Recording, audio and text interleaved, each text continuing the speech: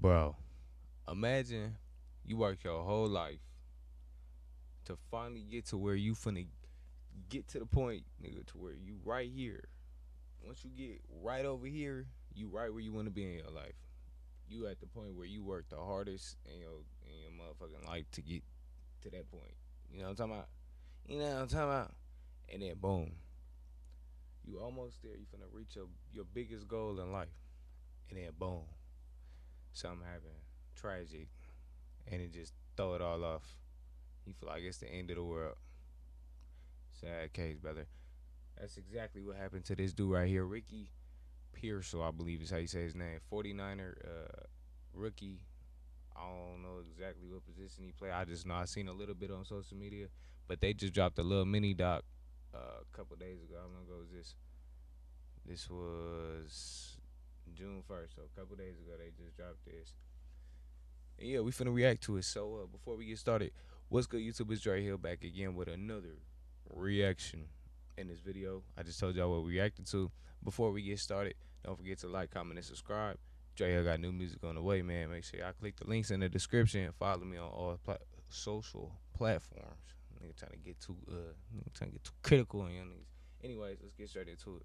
And at that point, there were so many gunshots that, was going off. Like, nobody was around me. You know what I'm saying?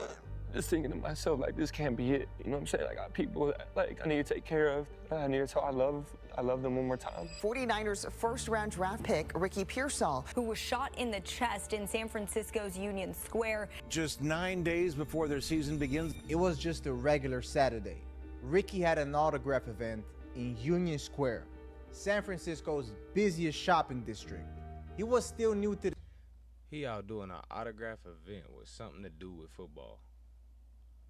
Damn. the city because just 4 months earlier, he got drafted here in round 1. Hey Ricky, we're gonna make you a Niner right now. Oh, he had already got drafted. Okay, so yeah, he even closer to being right where he want to be. Okay. Thank you, Coach. Appreciate you. You getting a workhorse, Coach? It was like kind of like memories just going through my head of process and the grind, and it felt like time stopped. We're 49. I just soaked it all in with my family, and we went and partied hard. Bro, that's so decent, bro. That gotta be like literally probably the best feeling in his life, nigga. And anybody like right when you reach that peak, nigga, Ricky lived that's crazy. 50 minutes away from Union Square, so after the signing, he decided to grab some luggage. It didn't seem like a big deal. He was still a rookie. No one knew him, right? And as I'm putting the bags in, I'm getting approached from across the street, a dude that's wearing like a hoodie up, masked up, all black. He approached me and he pulled out the gun right away and he put it to me and he was like, "Give me everything you've got." And I'm backing up. I'm like, "Whoa, whoa, whoa, I got it. The bag's right there, the bag's right there." But the robber didn't want the bags. He wanted the $10,000 Rolex on Ricky's wrist. Yo, this is exactly why you don't take the first offer after a car accident. Damn. He wanted the roll. Maybe 17 grand and make. And up close, he noticed something even better. A $30,000 chain around Ricky's neck. I backed so far up, and then he tries to chain snatch me. He forgot I even had my chain on at that moment. And he grabs my shirt, he misses my chain, and he pulls me to him, and my shirt rips. But as soon as he pulls me to him, that's when I grab him, because now we're in close combat. And I go to pick him up, and he let off one shot, went right by my ear. My ear's ringing. I think it hit a car or something like that. We heard gunshots nearby. Another shot went off, but it didn't hit Ricky. The shooter hit himself. Ricky slammed him to the floor and got on top of him, but the shooter wasn't done. At that moment, I just felt like a bang to my chest. I didn't think I got shot, but I heard the noise from the gun, and my ears were ringing, and I felt a weird thing in my chest, and then all of a sudden, I'm on top of him, and I just see blood just going everywhere, all over him, all over me, and he just kind of looks a certain way, and he's in pain too. He shot himself, so he got up and he ran. And while the shooter ran away, realizing he shot himself in his arm, Ricky was on his knees, feeling the blood pour out of his chest all by himself. It was just pure darkness, bro, like straight darkness, like I didn't know it was gonna happen.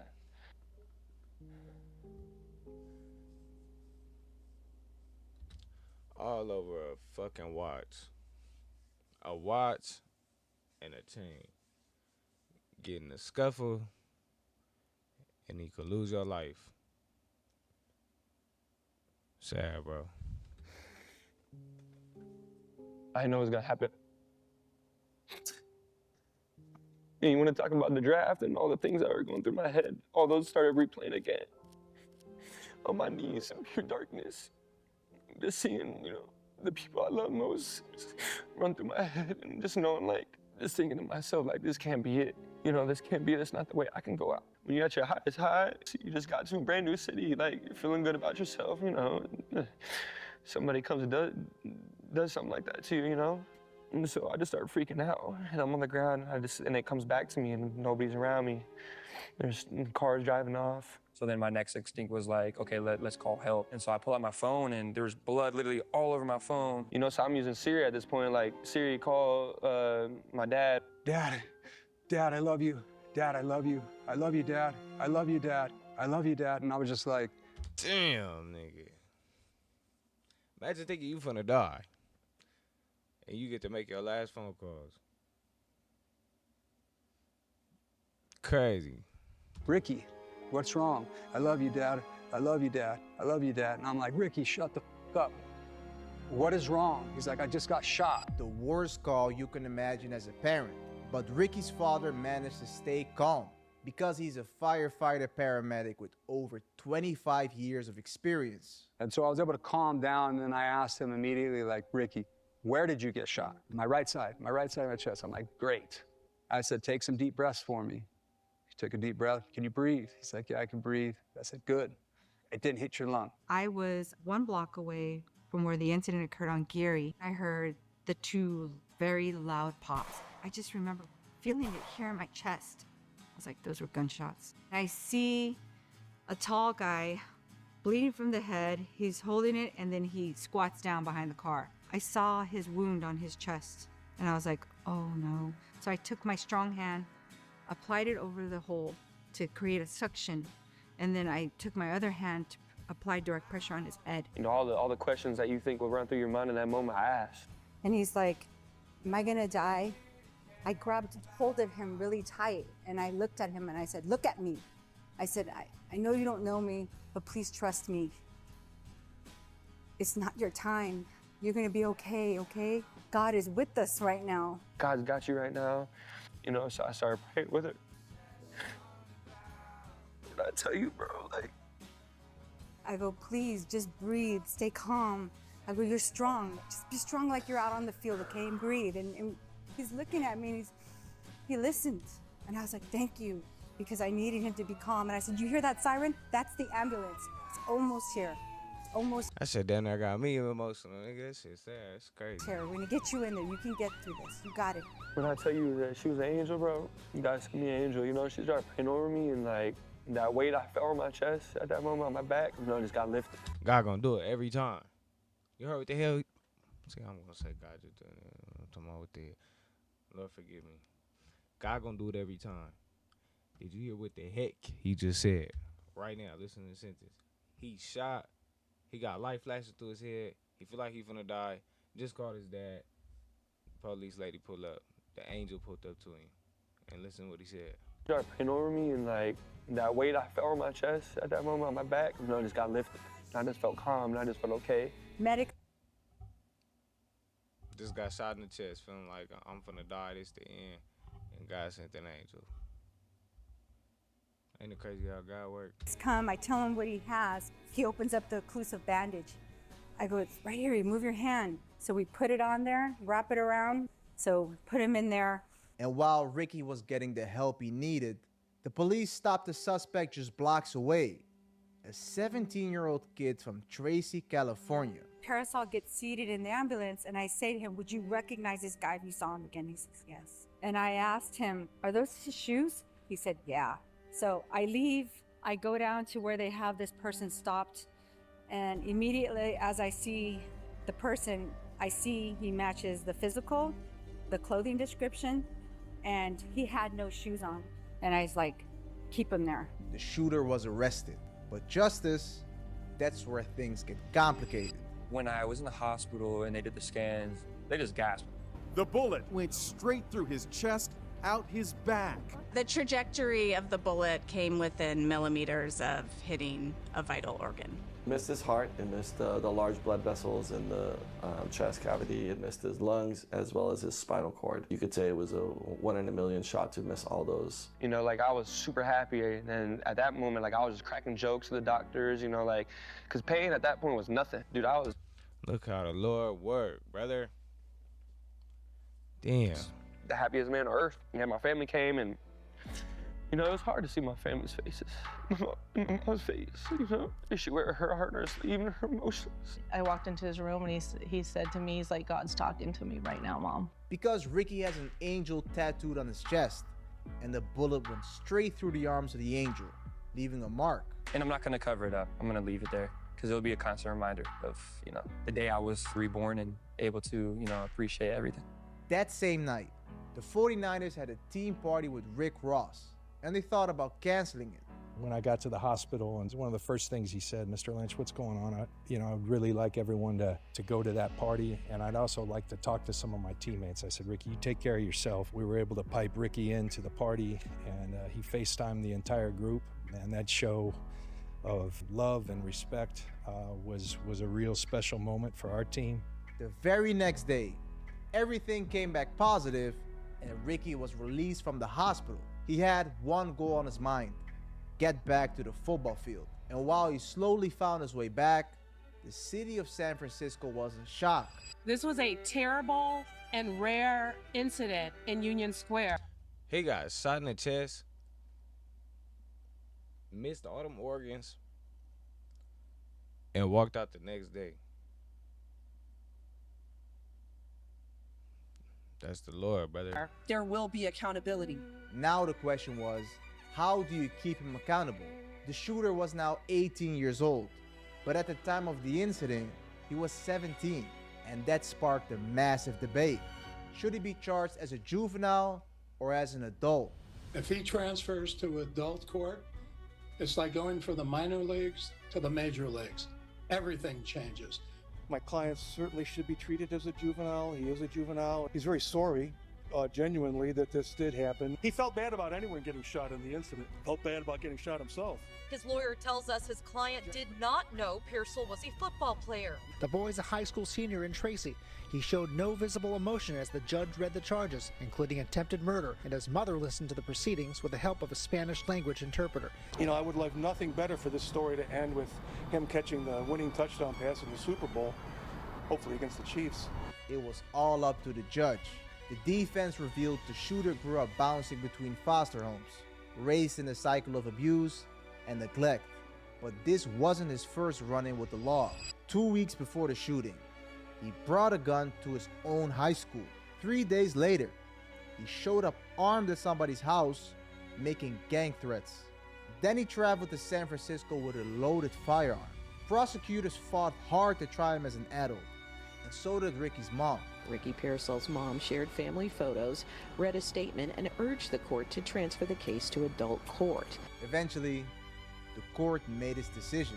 The teenager accused of shooting 49er star Ricky Pearsall will not be tried as an adult. My reaction to it, of course, is enormous relief and joy. He was looking at life in prison as an adult. Since it's a juvenile case, I have no idea what his punishment was, because now it's not available to the public. But to Ricky, none of it mattered anyway. You know, I don't know how he grew up, so I can't judge him as a man just based off of one action. This nigga a real ass nigga. This nigga is so solid, bro. Cause in my head I'm thinking like, damn, I hope bro don't do life. Bro, he fucked up at 17 years old. He made a fucked up, quick decision that nigga tossed his whole life. I ain't gonna say whole life, cause attempt murder get you up there, but I don't know about whole life. They said it though. They said he was looking at life. Crazy, bro. He's such a real nigga. He said keep it as a minor charge or whatever. Charge him as a minor and let that nigga get out. Don't send him to adult jail and get him fucked over. He don't know what that shit like. He just a little lost kid. And listen to what he talking about. He just, I don't know how he grew up. And nigga, solid, bro. You know, I don't know how he grew up, so I can't judge him as a man just based off of one action that he made. You know, as violent as a crime it was, you know, God forbid him doing that to somebody else. You know, I don't ever want that to happen. So, you know, whatever has to go into that. But for me, you know, just being able to forgive him. At the end of the day, like, I have to be able to forgive him or have that weight off my chest. You know, at some point, I do want to talk to the kid, and, you know, if I can create an impact on him in any way, I think I'd be definitely open to doing that, for sure. There's going to be a lot of people out there, because I've already seen it, that, like, don't agree with that. You don't got to forgive somebody like this. That's decent, bro. I respect it. It might be a lot of people who be like, fuck that. That nigga gotta rot. That nigga finna get back a motherfucking. I don't know. Me personally, I forget a kid. Especially if I'm cool, I get to live. I ain't gonna lie. I don't know. The circumstances could be different. If niggas is fucked over, I don't know. The circumstances is different. The anger, cause boom, you get shot in the chest, you live, you cool. But then at the same time, even if like the nigga died, is he still gonna forgive? Is the family still gonna forgive him the same way if he was to kill him? Who knows, huh? I don't know. Cause I feel like because everything turned out good, they forgave him and said, okay, don't charge that nigga. We good. It was a mistake. You know what I'm saying? But if he was to kill that dude, would the mom still feel the same way? I doubt it. I guarantee it. She's gonna say, yeah, charge him with adult charges or whatever. Send the nigga to jail for life. If he was to kill Pearsall, whatever. However you say his name. But respect the bro for that, and respect to his family for that. I'm violent to you, yeah. I agree to a certain level, you know, but I feel like you got to be able to forgive somebody in order to drop it, you know, and move on with your life. God was telling me that that's what I needed to do, and that's what I needed to say. For sure. Eventually, his mama would have forgave the kid, but off top, I'm saying when it come time to get into the courts and get all that situated, I guarantee he would have did life. They would have sent him off to the adult jail. But because that was the outcome, he's solid. And I respect it. Solid. On September 9th, the Niners played their season opener against the Jets. Ricky wasn't ready to play yet, but he made sure the night was still special. The team invited Surgeon Joel and Dr. Lucy to the game. And for the first time, Joel met Ricky's parents. Thank you so much. So when you were talking to him and I was talking to him, I could hear your voice on the other line, on the end of the line. Oh. And I heard your voice. Yeah. Thank you. You are an angel on this earth. You are. At this time, we invite everyone in attendance to stand and recognize these frontline heroes for their critical efforts. This is surreal. You know, I love the 49ers. I love my job. I love this city. I want to bless somebody with his jersey too. So subscribe. That's decent, bro. Yeah. This ain't the end, but that's hard as fuck. Let's Leave a comment and I'll pick a winner. Exactly 50 days after being shot in the chest, Ricky Pearsall stepped on an NFL field for the first time. What is he? Is he a receiver? It felt like it was scripted, you know, having the opportunity. Yeah, he a receiver. I've definitely heard bro name. I gotta put some respect on it. My bad, Ricky. You supposedly that nigga. But I don't like you all ripping because you on the Niners, on Cowboy gang. So you on the Niners. Come join the game. Come join CD Lamb. You step on that field again. 30 over the middle. That ball is caught up to the 20. You know what I just thought about? Oh my gosh, I totally forgot, bro. My nigga, George Pickens, CD Lamb. And it is caught by Pearsall, his first NFL catch. Listen to this crowd. A standing ovation. Crowd got a little loud. Damn, that's crazy. He had to go through all that and finally catch his first NFL catch. Oh my God. Right there, and my teammates were dabbing me up and, you know, saying that they're happy for me and they're proud of me, and that's kind of when it all hit. That was awesome, bro. It's his birthday. Oh, it's your birthday? Happy birthday, dog. And from there, nothing could stop him. Pearsall all the way to the goal line. Touchdown! So happy for Ricky Pearsall. First touchdown in the NFL for Slick Rick. Jones takes a shot. It is Pearsall. Did he hold on? He did. separation. Did he hold on? What a catch! I've always known from a young age that Ricky was special. And I feel like God spared Ricky's life because he is here to do good things. Time to catch it into the end zone. That's a touchdown, Ricky Pearsall. Pearsall on it's in here. Looking for Pearsall, who hit the deck and still somehow made the catch. There's it out, looking for Pearsall's got him. You know, Ricky has won the lottery twice already. Once by making it into the NFL, and the second by getting shot in the chest and being able to walk out. Facts. At the hospital the very next day. And it's been a big day for Ricky Pearsall. Guess who? It's Pearsall with another big grab. In time. Wants it all. Downfield, Pearsall's got it. But even with all the success on the field, touchdowns, the crowd, the fame, there's a side people don't see. Ricky has been open about his PTSD. There's not a single night he goes to bed without reliving that day. Certain sounds or movements still catch him off guard, but instead of avoiding it, he's learning to carry it differently, to find light in it, and even be grateful I'm for sure. it. There's light in all the darkness and all the adversity, makes you really informs you to, be the man you are. And I feel like it was definitely a crazy moment for me in my life, and it wasn't expected, but I'm very thankful for it, and I would not go back to change it. And I'm just super blessed. If you enjoyed this video, hit what brother gonna say? that subscribe button. Hit the subscribe button. Don't forget to like, comment, hey, and turn on that bell so you never miss a new video. This was I don't know if I reacted to this on YouTube yet, but I definitely might because I watched it before, or a little bit of it, and it was decent. I like these little mini documentaries. He almost died 9 days after his NFL debut. That's crazy, man. Shout out to Ricky Pearsall. I believe that's how you say it. That was a God-given second chance, brother. That's amazing. That's a crazy testimony right before you catch your first NFL pass, bro. It's an insane testimony. I'll catch y'all in the next one.